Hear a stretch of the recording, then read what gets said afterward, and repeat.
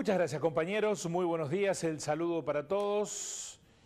8 meses tardó el gobierno en poder impulsar el debate ligado con el impuesto excepcional a la élite de los más ricos en la República Argentina, con la defección de sectores de la oposición, tanto por derecha, por el centro como por izquierda, que no votaron la iniciativa. En la explicación, unos porque se desalienta la inversión, en la explicación otro porque es en realidad un maquillaje de lo que debiera ser una más gravosa carga impositiva. Pero lo cierto es que en este debate se ha perdido de vista el horizonte de compromisos tributarios que se tienen en la Argentina comparado con otros países. Habitualmente se lanza la afirmación: los impuestos que se pagan en la Argentina son los mayores del mundo. La presión tributaria de nuestro país es la más importante en el mundo, y cuando uno va al desagregado de impuesto por impuesto se da cuenta que esto no es así, e incluso para los sectores que más tienen son los que relativamente pagan menos impuestos comparado con la mayoría de los argentinos, que nos tenemos que hacer cargo de pagar muchos impuestos de manera regresiva y no progresiva. Progresiva sería que el que más tiene más paga. En la Argentina no es así y no se ha podido modificar esa matriz tributaria. Lo primero que planteamos es respecto de la recaudación del impuesto a la renta, ¿no? De lo que ganan, la renta es lo que ganan diferentes sectores. ¿Qué pasa en Argentina respecto de otros países? En lo que corresponde a un paralelismo respecto del PBI. En Argentina se recauda en concepto de impuesto a la renta el 5,3% del PBI, en España el 9,7%, en Francia el 10,9%, en Alemania el 12,2%, en Estados Unidos el 12,4%, en Italia el 13,4% y en Canadá el 15,4%. Es decir, que en Canadá se recauda en concepto de impuesto a la renta 3 veces más que en la Argentina. Primera observación.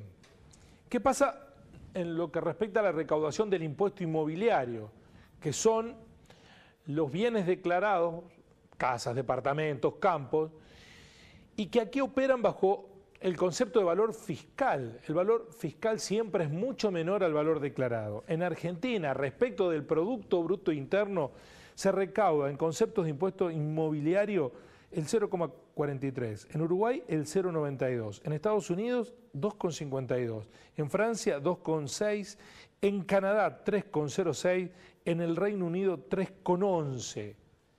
Mucho más que lo que se paga en la Argentina. Pero pensemos, ¿qué pasa con los que reciben herencias, que son los hijos de los hijos de los hijos, varias generaciones de ricos? ¿Cuánto pagan por esos impuestos? Vamos a ver en el detalle el porcentaje de impuesto a la herencia de heredero, línea primer heredero, según el país. El porcentaje de impuesto a la herencia de heredero lineal que se paga en Japón es el 55%, en Corea del Sur el 50%, en Francia el 45%, en Reino Unido el 40%, en Estados Unidos el 40%, en Ecuador el 35%, en España el 34%, en Irlanda el 33% y en Chile el 25%. Es decir, que el primer heredero paga desde Japón en el 55%, en Chile del 25%, ese porcentaje por haber recibido la riqueza sin producirla. Por ser heredero, paga ese impuesto según los países. Me olvidé de Argentina, no está en este cuadro de barras. ¿Por qué? Porque aquí se paga 0 respecto de impuesto a la herencia. La CEPAL, la CEPA, el Centro de Estudios Económicos de Política Argentina, también posó la mirada respecto de lo que ocurre con el impuesto a la riqueza. Hablábamos recién del impuesto a la herencia, que en la Argentina no se paga. El impuesto a la riqueza en Argentina se llama impuesto a los bienes personales y es prácticamente insignificante en la recaudación. En el año 2007 era el 1,2% de la recaudación.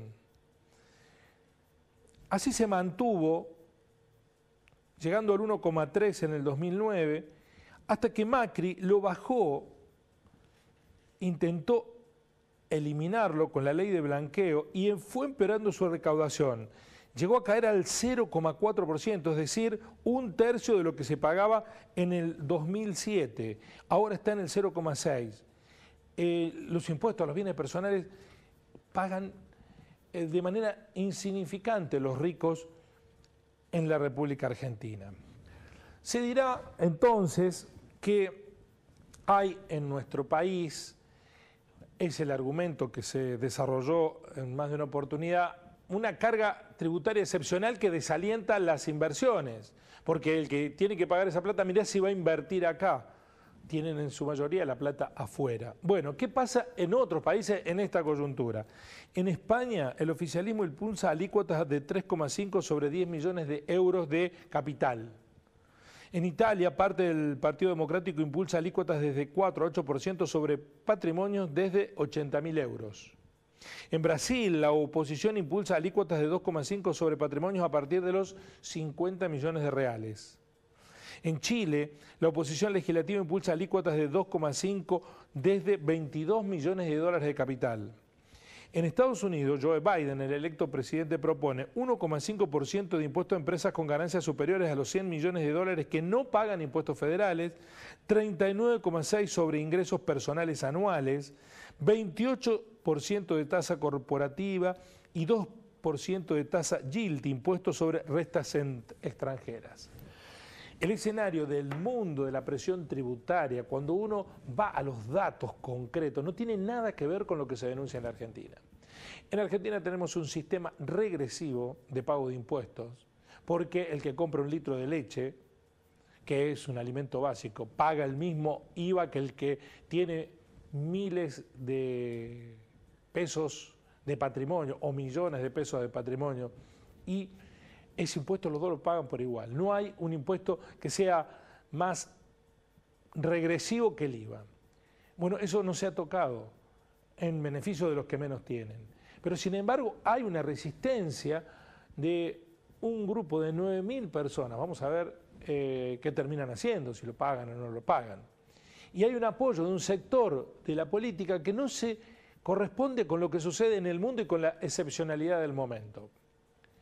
A nadie le gusta pagar impuestos. Desde la época de los romanos hasta nuestros días es incómodo pagar impuestos, es cuestionable, criticable, pero ¿cómo se organizan las sociedades? Las más modernas se organizan cobrando altos impuestos y devolviéndole a la gente con servicio de esos impuestos. Bueno, en Argentina es cierto que no se corresponde la cantidad de impuestos que pagamos con los servicios que recibimos.